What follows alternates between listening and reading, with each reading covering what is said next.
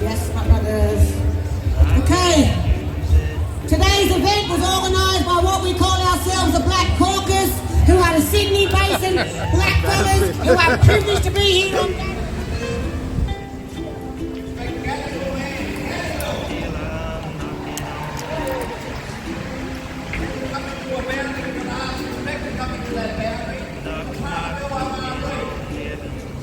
Желаю, чтобы все. It's Domo Park, Central Station, Invasion Day Rally.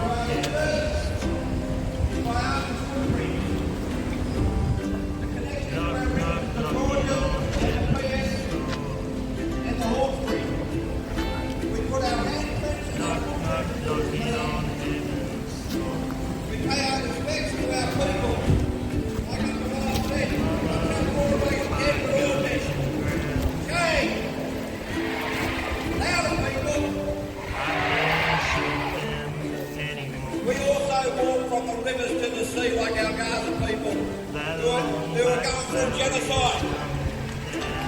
Babies under the rubble. Hey! Penny wants to go over there to Israel. We say her name's Penny Rock.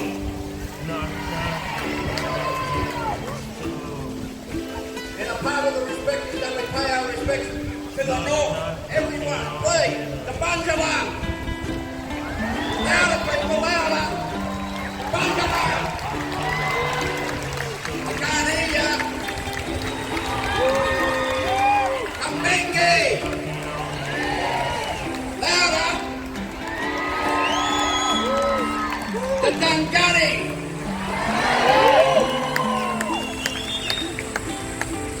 The Biripi! The Awamical! The Wanarua, the Darkinjung, the 29 claims to the Aurora Nation, the Gadigal, the Bidjigal, the Gamaringo, the Wongo. We pay our respects to our surrounding areas, which is the Burrick, the Gunnedarra, the Darwell. We pay our respects to the south, which is the Wadi, the Wandian people, the Yuan people, the Black Duck people. We pay our respects to the west, which is the Ngunnawal, the Nangria, the Barkindji, the Kamilaroi, the Wiadri, the Waywin, and as far as law and order, always was, always will be. Always was, always will be. On behalf of voters past, present and emerging, welcome!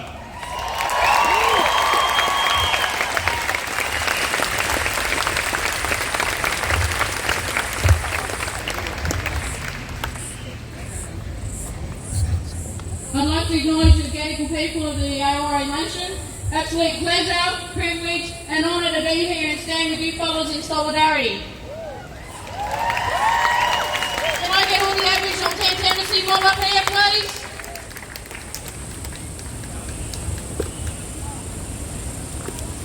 This government, Linda Burney, the Minister for Indigenous Affairs, I will call it out for what it is, because I see black suffering every single day. There's suicides. Suicide awareness is not on par with suicide prevention, and we are losing people left, right and centre. We have gone from 1 in 23 to 1 in 16 First Nations people taking their life. That means it's a leading cause of death of people taking their lives under the ages of 44. That is not the society that we want to live in. I don't dance to the tune of the oppressor. I dance to the tune of the oppressed. I work with the National Suicide Prevention and Trauma Recovery Project across all issues. Suicides, incarceration, deaths in custody, child removals and the likes. Homelessness. We know that in terms of First Nations people right across this country, we fall below the poverty line by 40%. In Western Australia, that racist, fucked up state that I come from, it is 60%. We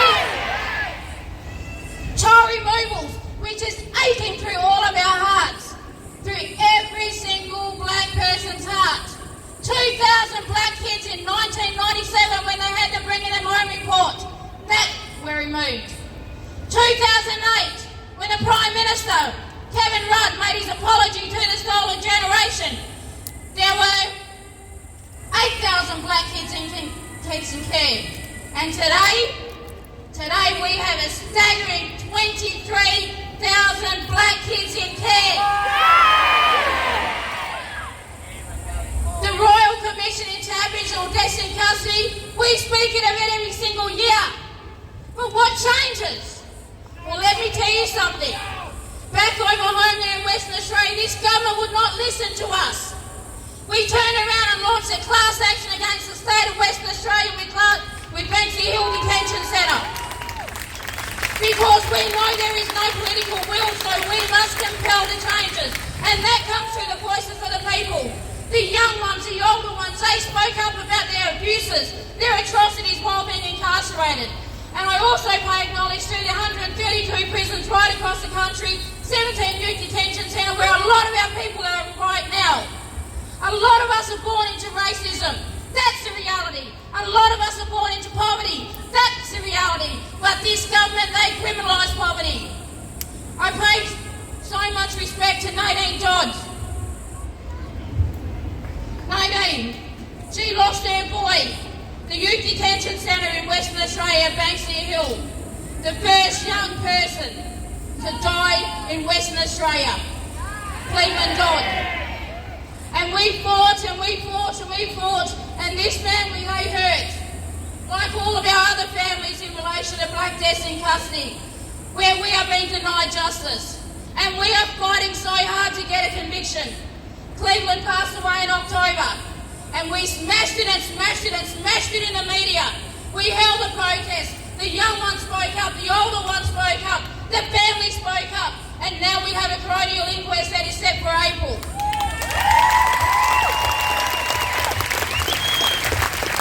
And stand with us, stand with us, stand with us.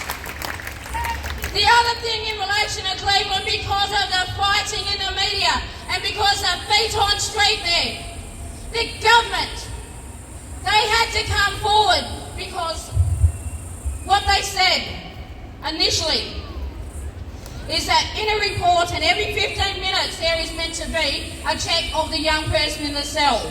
And they had that marked right up until 6 o'clock in the morning. The government, the workers at Banksia Hill, Unit 18, which is in Casuarina Prison, they had it marked till 6 a.m. in the morning. This little boy was taken to the hospital at 2 o'clock. 2 o'clock that morning. The government got caught out in the lie, and what happened? They came out publicly, the minister, and said, we take full responsibility for the death of Cleveland Dodd. We cannot fuck around with these institutions. We need to hold them to account. Samantha, the matter is going to a coronial inquest in February. In February, she lost her 11-year-old girl to suicide in October of 2020.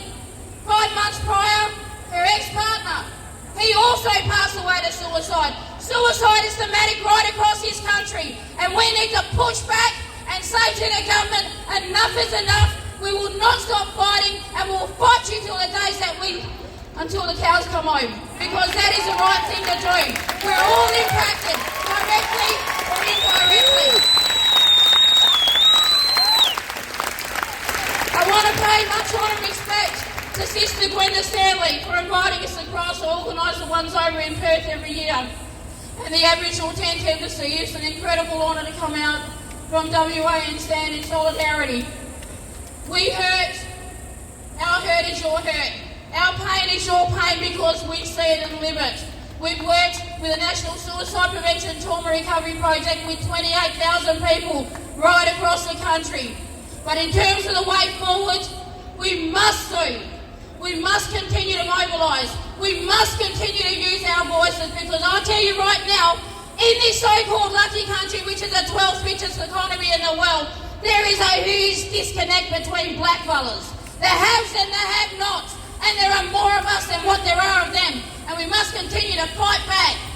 Too many of our people want to speak for our people without even knowing our people. Shame on them.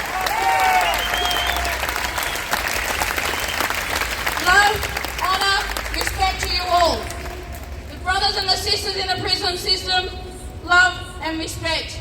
Whilst you're not here, we stand with you.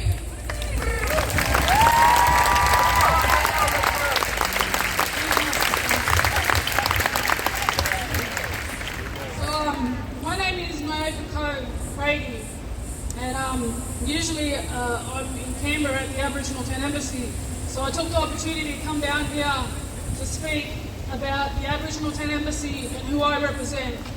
I'm the daughter of Billy Craigie, who was one of the first men that set the embassy up in 1972.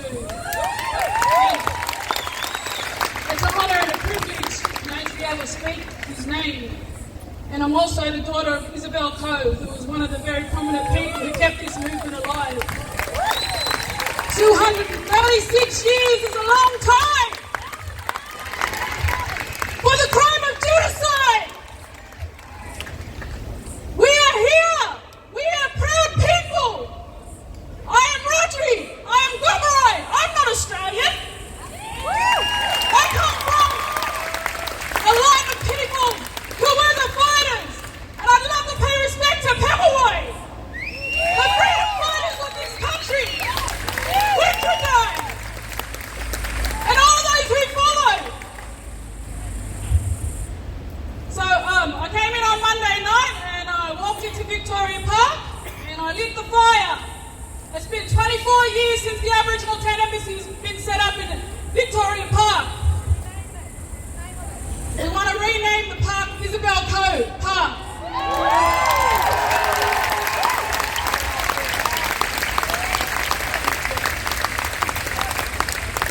We want to start talking about decolonisation, not just here, but the whole world. Let go the colonies responsible for the crimes they commit against our people. No more!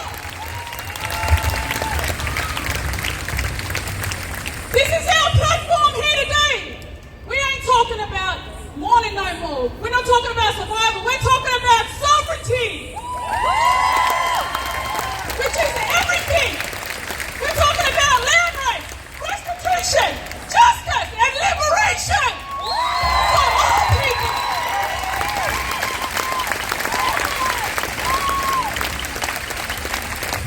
I've got supporters in the background here.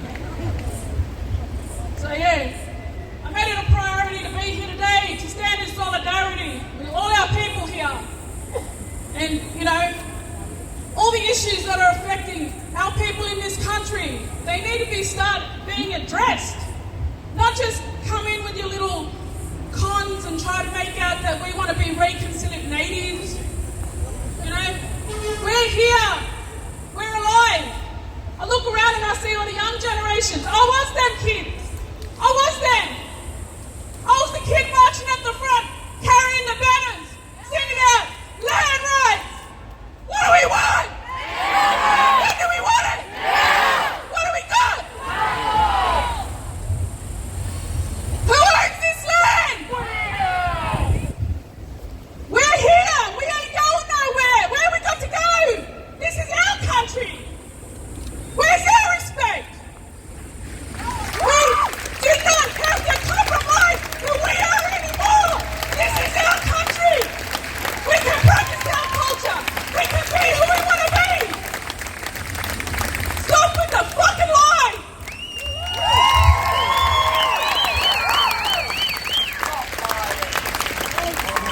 My name's Adrian Burgala. I come from Wangajagalinga country in the Galilee Basin. We've been standing for 10 years right now against the Adani mining project. We went in there and we took our land back. We came from the 40th anniversary of the Town Embassy where they said, go back and take your land. And that's what we did. We took our land back and they can't prove anything. They can't take our land back. We walk under the doctrine of latches and acquiescence. They've given up the right now to come there and take us to court. We've been there for 2 years, so it's our land. Everything that we see there is ours. We demarcated the Adani mining lease for our land. It's our land. What an onion. That's the talking. And we come out and we talk about this. We've got to tell the world. This is what we're talking about here. What, 1788? What, what's happened? They come across on the ship, on the boat. They brought the feudal laws. You know what I mean? That's all they brought here. They brought their parliaments. They brought their administrative law. They brought their government. They brought this, what they say now, that we all have to live under. Legislation, acts of parliament and statutes. These laws here that they made up is the law of man, not the law of the land. We're the first people. This is where the law comes from, the land. From the first people, from the custodians, the real people who were here. That's what we're talking about. Get rid of Australia Day. This is Sovereignty Day. We talk, when they came here, there was first law. We operated on the first law. Best in time, first at law. We're the first people here. And everybody has to start acknowledging that and respecting us. They respect the land, they respect us. Without it, you have nothing. This is the way this country's going. They got to keep coming back to us. It's a revolution of thinking. You got to start thinking the way we think and start protecting the land. Without the land, you got nothing. Without the water, we're all dead. We got nothing to drink. And we come from the water. We come from the Moonagara spirit. That's the spirit drinking. That's the water spirit. That's where we all come from. And that's what we're fighting for. We're fighting to protect. We're going to protect the Dugabore Springs. It's an ancient set of springs that have been running for millions of years since the beginning of time. Not even CSIRO know where the water comes from. And so we're standing there strong for all people in this country, for all people in the world. And we have to stop that mine. And that's why we're doing it. 2 years we've been there standing solid. 10 years I've been fighting them. I'm fighting against it. Administrative law, the federal government, George Brandis, Malcolm Turnbull, all of them right through, Scott Morrison, all the way down. I can name them all. Yeah, what they do, they change the goalposts every time. When we get too close to them, they change the goalposts and make up laws. These statute laws. We've got to go to the High Court. We've got to go to the High Court. 116 of the Constitution. This is who we are. It's our principle of what we live on. Land first. Land first. If we don't have the land, you got nothing. That's why they want to take our water. They want to claim all the water in the world. And that's why we're an obstacle to that. Our people. We all come from water. Okay? We've been in the water for like 9 months of our life. We all belong in water. We're freshwater people and saltwater people. That's all there is. I come from the freshwater and I respect all the saltwater people too. But I just want to finish this and saying this here. Every government in the history of Australia has failed Aboriginal people. And that's why we stand here today. And that's why you support us. Because they keep failing. They keep coming up with the wrong answer. Because they don't understand. We're the ones that know. They will never understand unless they come to us and consult with the right people. Respect, right, I'm Willie.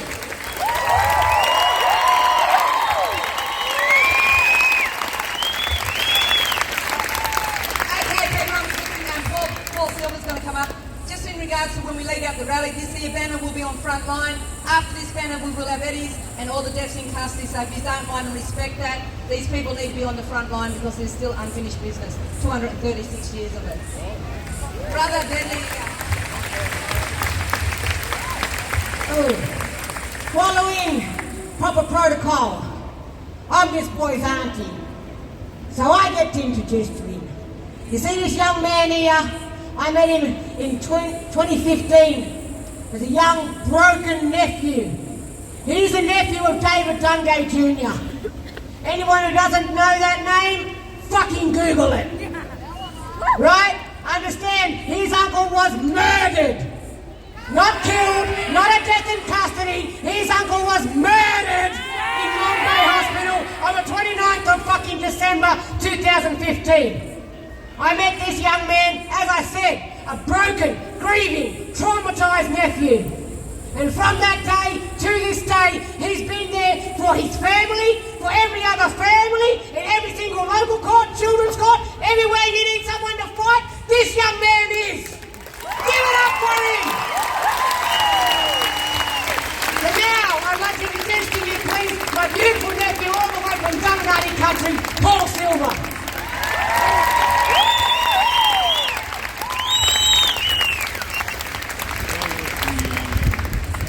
Thank you, Arnie. So my name's Paul Silver. I'm the nephew of David Dungay Jr. As Arnie Liz said, he was tragically murdered in Long Bay Correctional Facility in December of 2015. David Dungay Jr. was 3 weeks shy of being released to come home to his family. He had so much plans for his future, but that was taken away from us. by 6 corrective officers, a corrupt government that doesn't care about Indigenous issues. And here we stand today, January 26, a day that should not be celebrated, when our ancestors died and perished at the hands of the First Fleet. We are calling on the Albanese government to abolish the date. We don't want the date changed. There should be no such day when violence occurred on another human race, the traditional custodians of this land. As Indigenous people, we face racism on a daily basis. But today, we can feel the generational trauma that continues.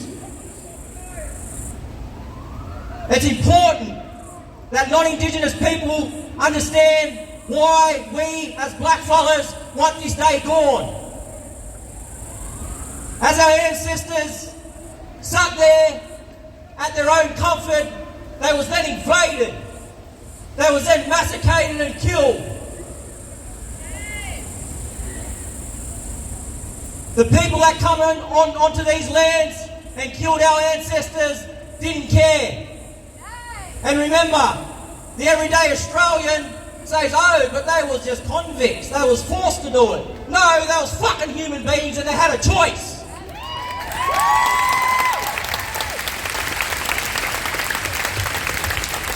We don't want a day of mourning. As Indigenous people, we want to mourn at our own comfort. And culturally, we don't need the rest of Australia celebrating a day that inflicts so much trauma on us. The constant oppression continues, with Aboriginal deaths in custody, the forced removal of Aboriginal kids from their families, the destruction of waterways and sacred sites within Australia. The government allows this to happen. We as grassroots mob demand the government throughout the year. We don't just show up at protests. We want justice and accountability for the people that have died in custody. We want the 1991 Royal Commission into Aboriginal deaths in custody implemented. We want guards criminally charged, held accountable and thrown in jail, just as we would if we killed another human. Now it's one thing for the big supermarkets to boycott the Australian Day merchant, but it's another thing for the government to implement the abolishment. And that's what we want. We don't need supermarkets following our lead, we need government. And as much as Aboriginal people want the government to be abolished and we want to run our own country, we're not at that stage yet, but we're continuing to fight the fight. And once we get there, and Aboriginal people run the governments here on our own lands, it'll be much better for every person living here, Indigenous or not. There's also deaths and medical negligence within the healthcare facilities that expose Indigenous people to death. And the next speaker I'm going to invite is Uncle Rick. Uncle Rick Hampton is the father of Dougie. Dougie unfortunately died after being discharged, after attending Dubbo Hospital on a numerous amount of occasions. We believe that there were systematic failures and systematic racism that had taken place surrounding the circumstances of his death. So please make Uncle Rick feel welcome.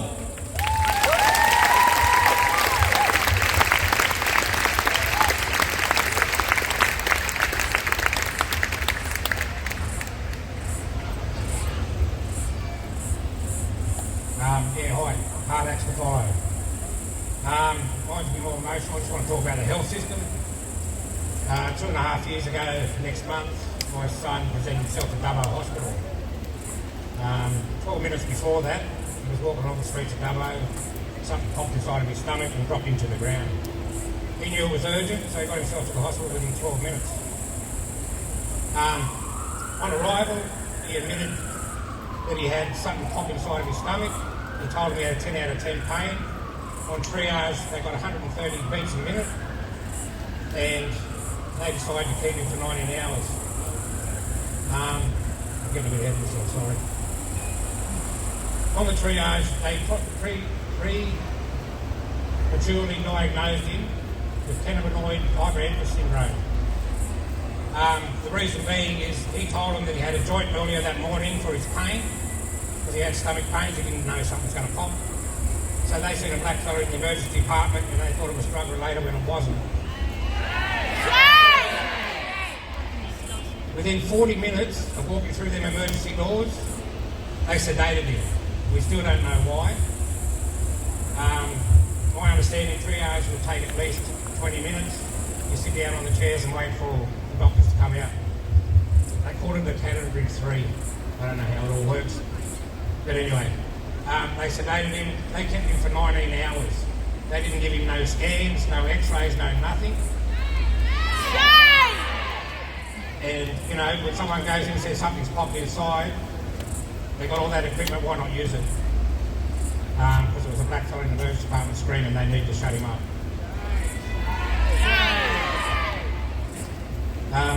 Like I said, they kept him for 19 hours in a sedated sleep, so he had no chance of advocating for himself. He arose when they checked on him, when they come around to do the checks and that, and he'd scream in pain when they walked in the room, and when they walked back out, the sedation just got to him again and he fell back to sleep. 130 beats a minute went on for 19 hours that they kept him there. And after the 19 hours, they reckon the heart rate dropped back down to the normal rate, which is impossible, I've been told by emergency doctors. So our understanding there is that they've just said that to get him out of the hospital. With that, he went back to a mate's place where he was in pain, he crippled over for the rest of the night, and he was unresponsive the next morning. Since that day, I shot around over 200-300 emails trying to understand what happened with the hospital, this and that. We ended up getting an internal investigation. They admitted to being biased against my son.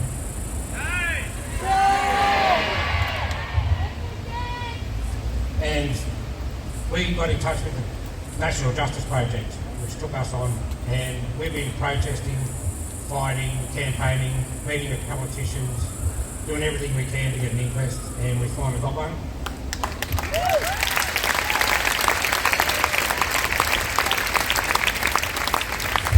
And that inquest is in Dubbo for 2 weeks, next month on the 26th. So we're all a bit emotional at the moment, getting ready for that. I just don't understand how these medical people can treat people the way they do. You know, I mean, a black fella walks in there, he's screaming in pain, something's popped, why not fix him up? They just don't give a fuck, you know. My son was 36, he was a healthy man, there was nothing else wrong with him except for these 2 ulcers that burst inside of him. Now one ulcer ripped his stomach lining, the other ulcer ripped his bowel wall. When he was in that emergency department, he had 4 litres of waste inside his abdomen, and they couldn't find that. So for 19 hours in that sedated sleep while he's laying there, he's dying of poisoning. The heart rate never stopped.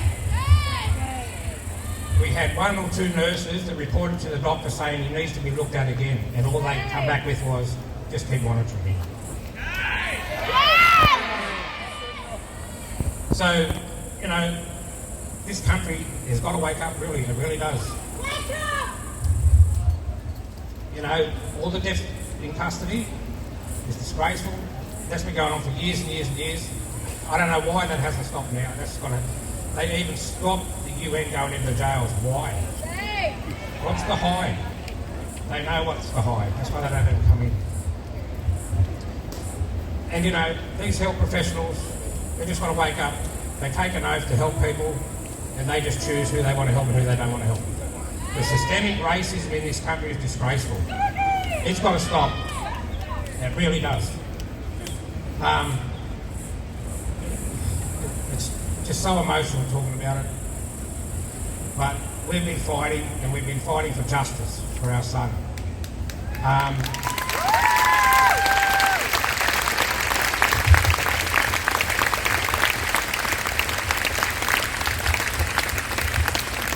those who don't know the story, never seen it online, you can hashtag Justice for Dougie, or you can look up or Google Dougie Dubbo, and you'll get the whole fight we've been doing for the last 2.5 years. The inquest is looking good. We've been told by our solicitors and barristers.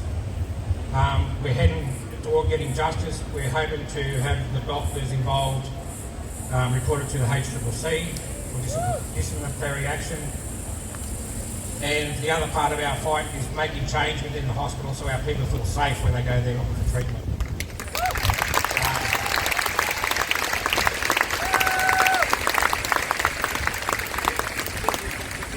Yeah, that's pretty much it. So, you know, if there's politicians out there and you're hearing this, start growing balls, make decisions, make changes, make us a fucking people too.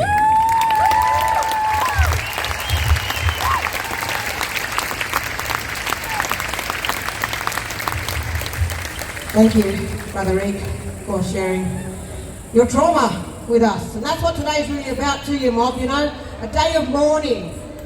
We are here sharing trauma for 236 fucking years. Isn't it time that we stopped?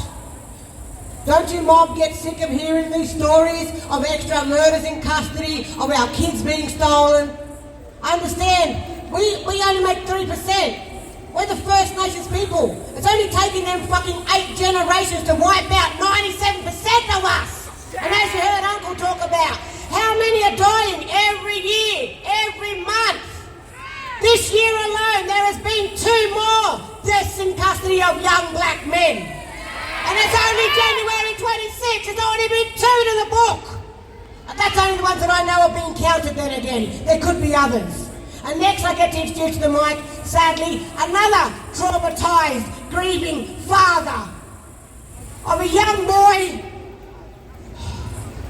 who was only 16 years old when police thought it was their right to take pursuit against him, and which ended up he had lost his life.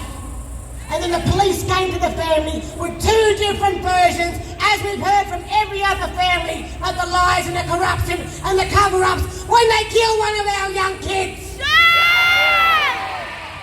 So please, make welcome and open your ears and heart to a beautiful brother all the way from Kempsey, Dungari country, Lachlan Wright, who's the father of young Jai Wright.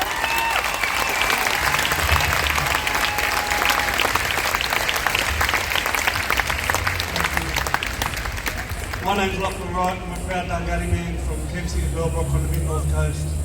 I want to acknowledge that we're meeting on Gadigal land. Less than 2 years ago, I lost my son.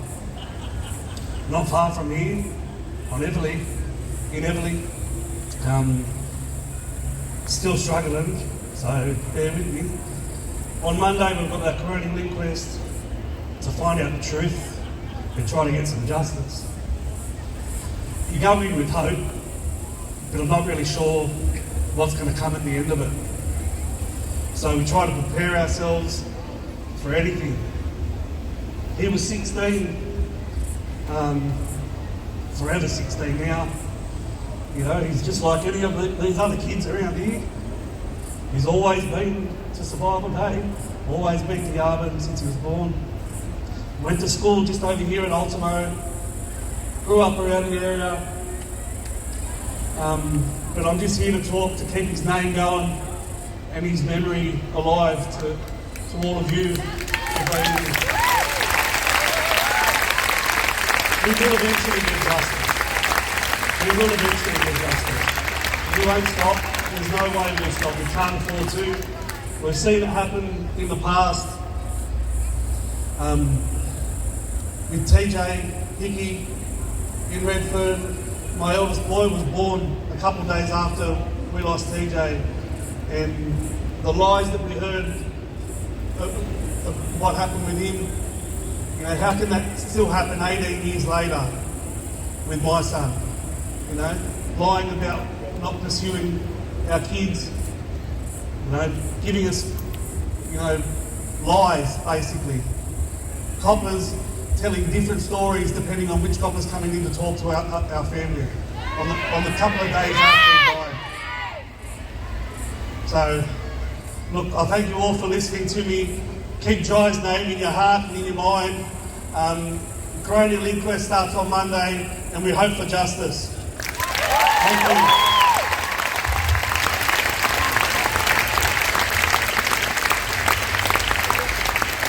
Your mob.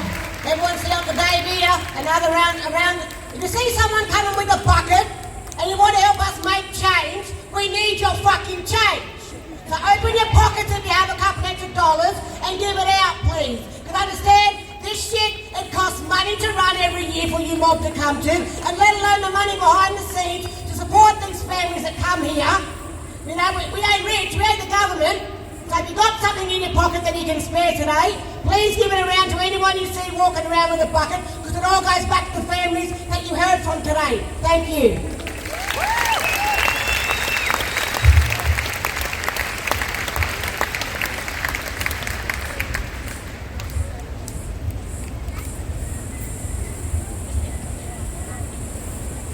Righto, so as you just heard, stories from family members that are constantly fighting the system and that are up against the system.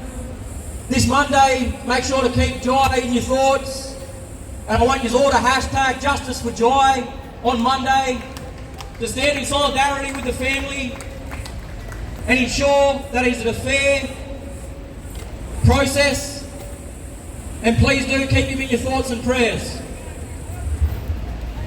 Righto, next up,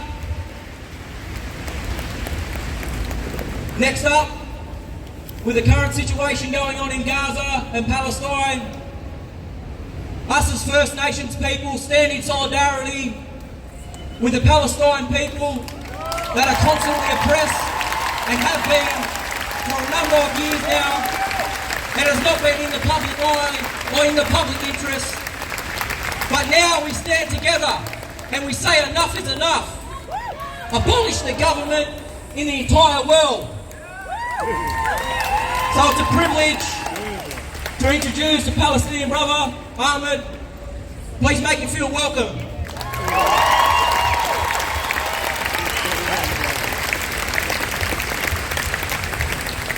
It's my absolute privilege, actually. Salam everyone, my name is Ahmed. I am from Palestine, from Gaza. And I'm here today to commemorate the darkest day in the history of this colony. The day which marks the beginning of colonization, Invasion Day. And so from this honorable platform, as a Palestinian, I stand here to express my solidarity with First Nations people in their struggle against colonization, brutality, injustice, and racism.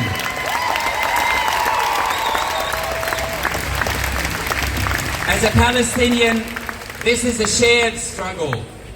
I acknowledge the traditional custodians of the land on which we meet today, and I pay my respect to their elders past and present. The sovereignty, ownership, and caretaking of these lands and waterways were never ceded. Always was, always will be Aboriginal land. Much like Palestine, always was and always will be Palestinian land, from the Jordanian River to the Mediterranean Sea. I hope you don't mind me borrowing that phrase, as it rings so true for all indigenous peoples across the globe. In occupied Palestine, the colonizers called our lands without people, for people without land, to justify the genocide, the massacres, the ethnic cleansing that they committed. On this colony, 150 years earlier, this land was referred to as Terra Nullius, a land belonging to nobody, to justify the barbaric genocide that ensued here. This is colonizers' logic.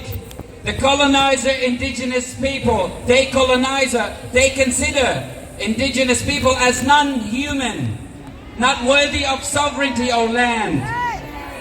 This parallel is so striking. From your invasion day to our Nakba, we were united in this struggle. We are one in the face of tyranny, each other's support.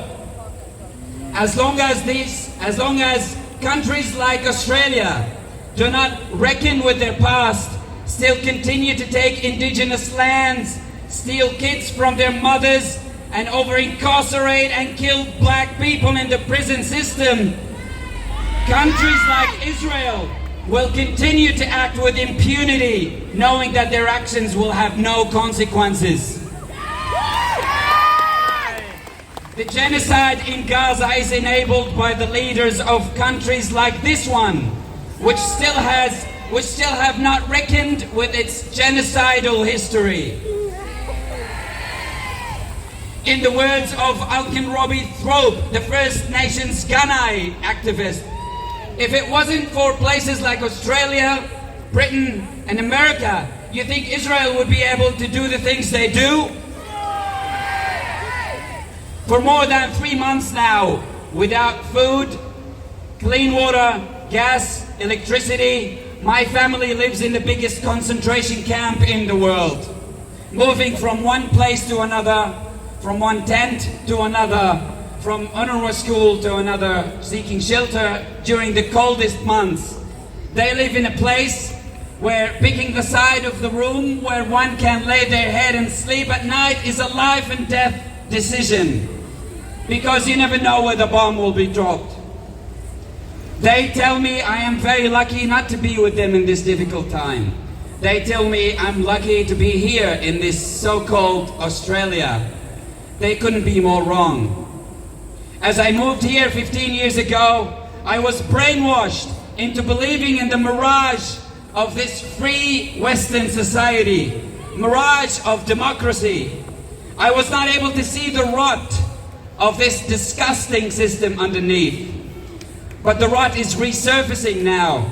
I can clearly see this country for what it is, a brutal colony that seeks to maintain supremacy, racism and injustice, not only internally on these lands, but also on other colonized lands worldwide.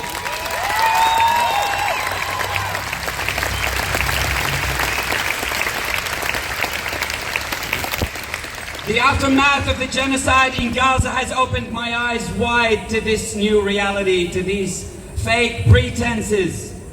As a Palestinian living on this colony, I have never been more ashamed of being called Australian, but could never be more proud to be called Palestinian. Because my people are on the right side of history, are on the side of justice, and we will never grow tired of fighting for it.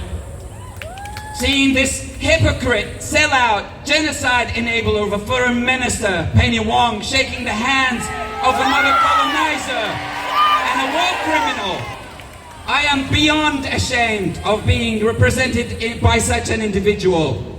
It pains me, it angers me, while my family suffers the brunt of a barbaric genocidal war and forced famine, while seeing family members being torn to pieces. It pains me to see these puppets of politicians speak of peace and harmony.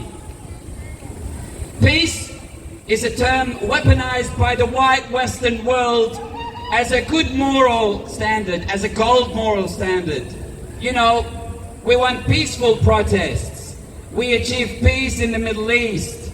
We want to see a vigil for peace and so on and so forth. This is colonial peace. We can never have genuine peace in Palestine as long as Palestinians continue to live under the occupation that has been 75 years in the making.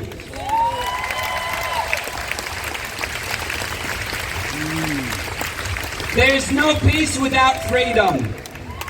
And the only way to a long-lasting peace is to a free Palestine from the river to the sea.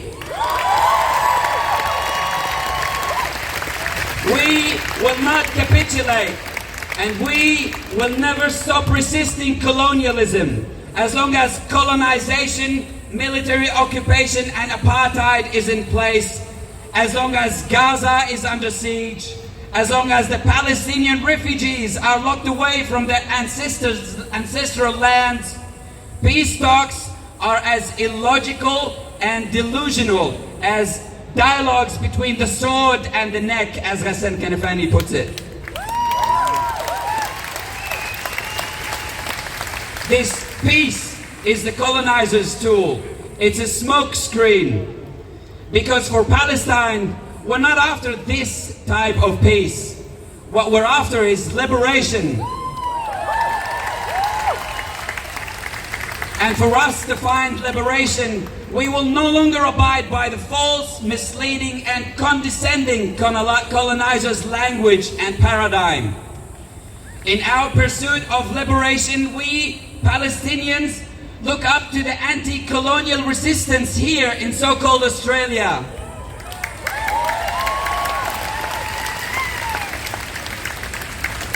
From the Wurundjeri warriors to the fierce resistance led by Pumulway, we will follow our own paradigm, our own moral compass, which is rooted in resistance and in the pursuit of justice, equality, and freedom.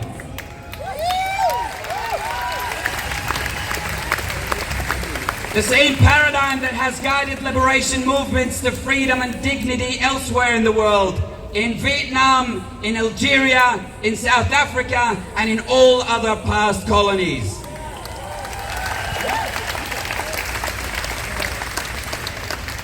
We, the people, must rise up together to decolonize our narrative and stop falling into the trap of being confined within the colonizer's framework. We must rise up together because freedom for Palestine means freedom for all colonized peoples.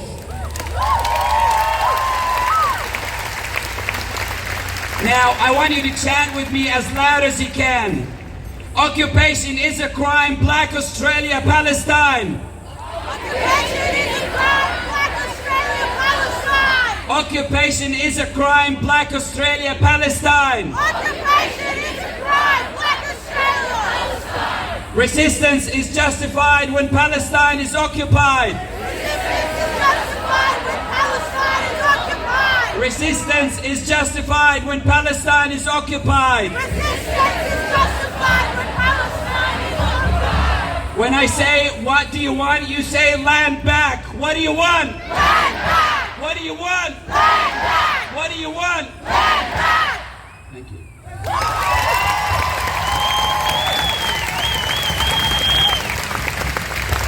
Thank you, Brother Ahmed.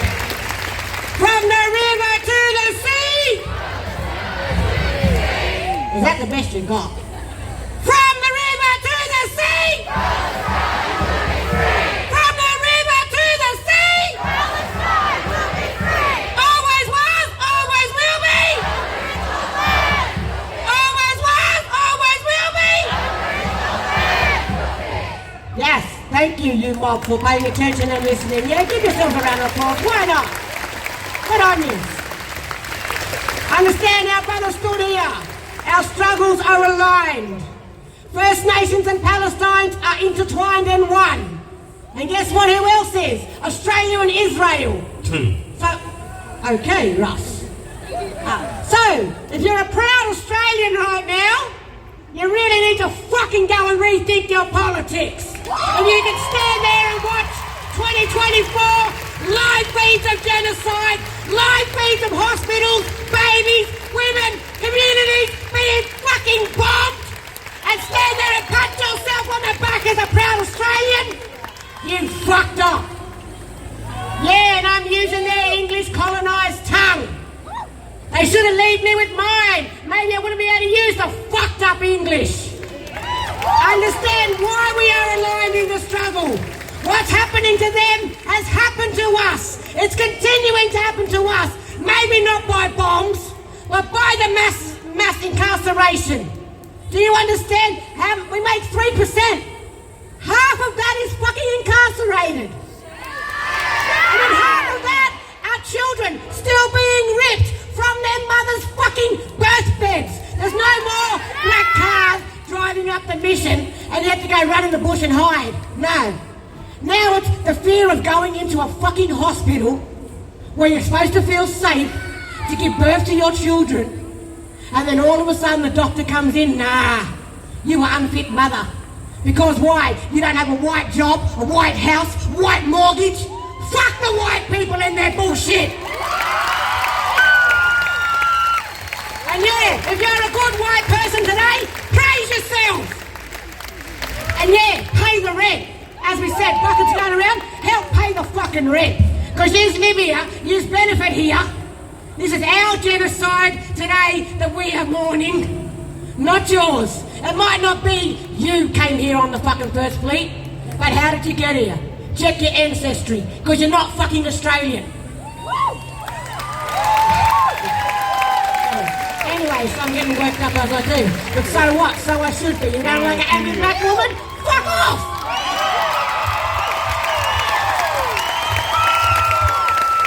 Stick around, I'm not around with this. Stick around. Next, I get to introduce to you another beautiful young black fucking sovereign staunch niece of mine.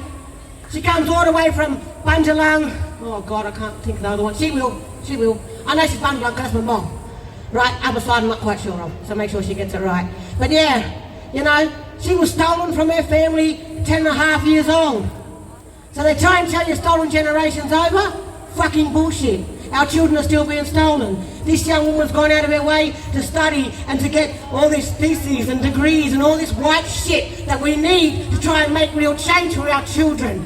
So now she's a lawyer for human rights. Fucking oath. Yeah, give it up to my beautiful niece, Nessa Turnbull Roberts.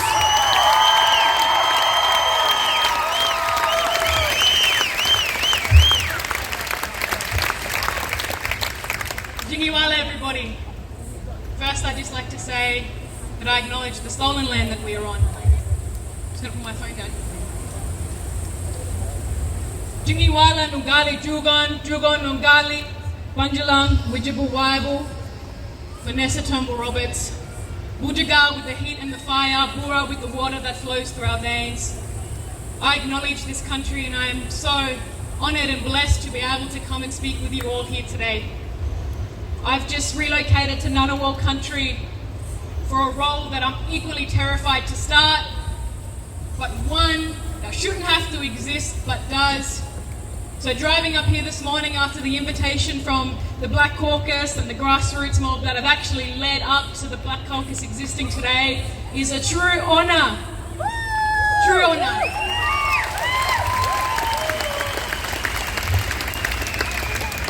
It is really hot today. So I'm going to bring that mum and me and say drink lots of water. But when you have a moment before we march, just take a moment to thank these last 3 to 6 months and say, hey, no, cut stick, I'm out. Good. But then I challenge you this. Use that knowledge that you learned.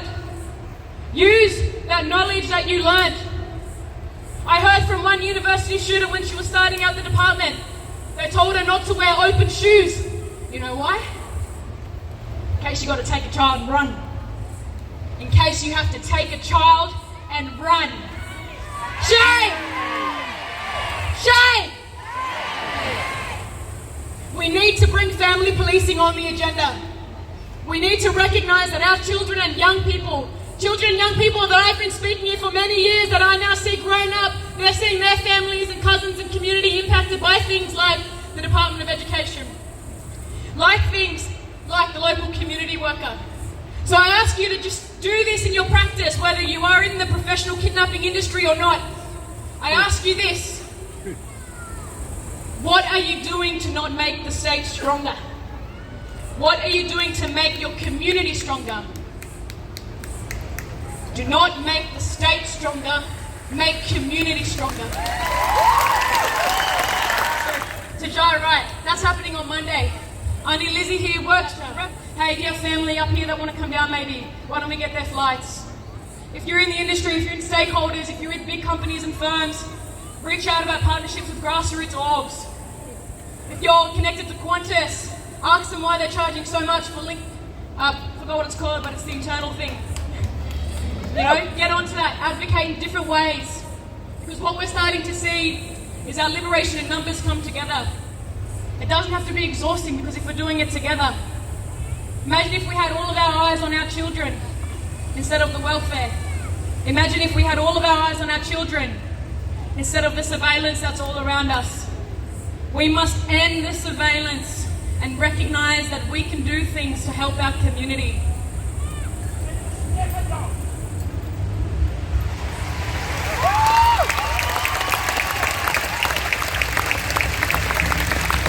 I'd just like to finish off with one thing, and it's my favourite quote by Audre Lorde. I am not free whilst any woman is unfree, even if her shackles are different from her own. So I'm free, but I'm not free until my babies are free. And I put my feet on this soil and I guarantee you that I will keep fighting for my children, your children, and our children across the borders subject to the most violent harm taking place. Thank you so much, everybody. Go and make a safe choice.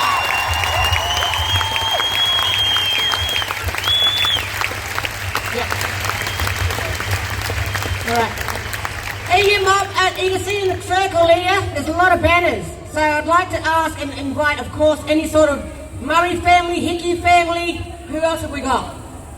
Come and have a look. If you're a death in custody family member, there's lots of banners here. So when we are marching, we'd really like to have the respect of family carrying them banners. Any family members, please, we're not going to march quite yet, but there's banners here. Make your way down here, find your family's face and story, and march proudly in the streets with us very soon. I'd now like to ask Neenan to come back up and sing up the elders with the ditch, please.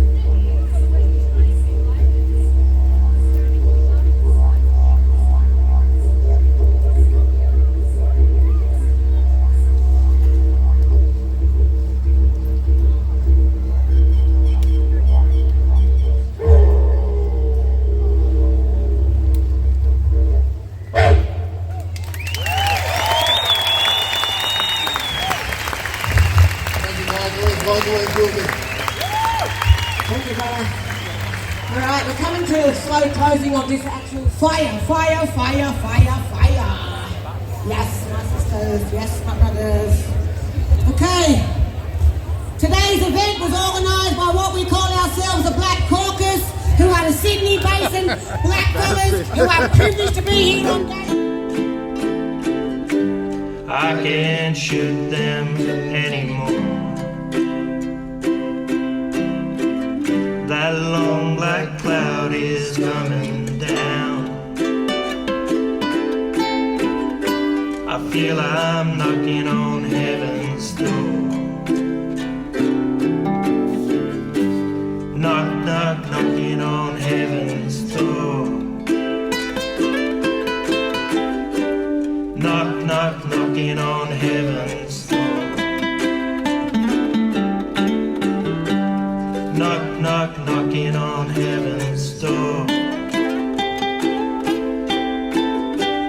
Knock, knock, knocking on heaven's door.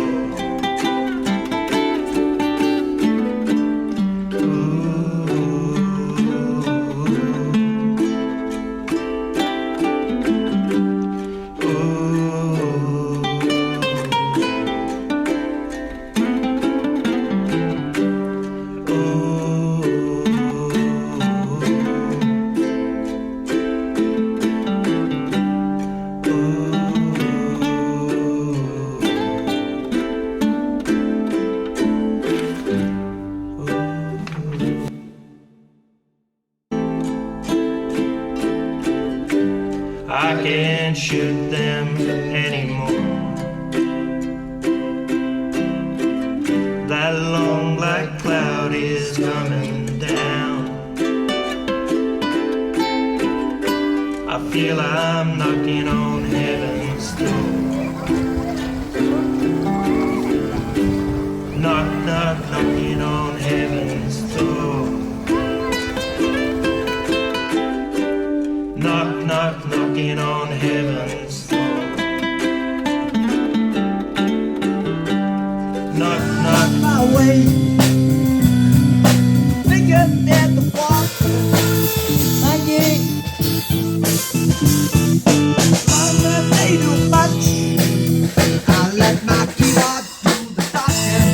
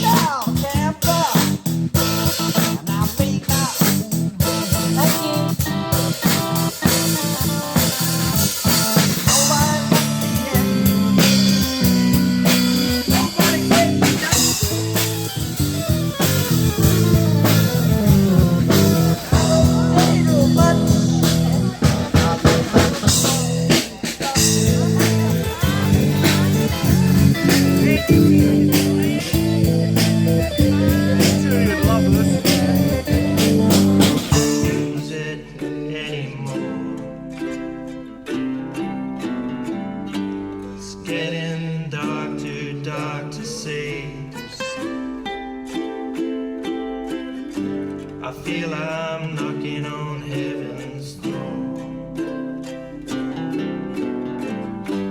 Knock, knock, knocking on heaven's door. Knock, knock, knocking on heaven's door. Knock, knock, knocking on heaven's door. Knock, knock, knocking on heaven's door. Mama put my guns in the ground. I can't shoot them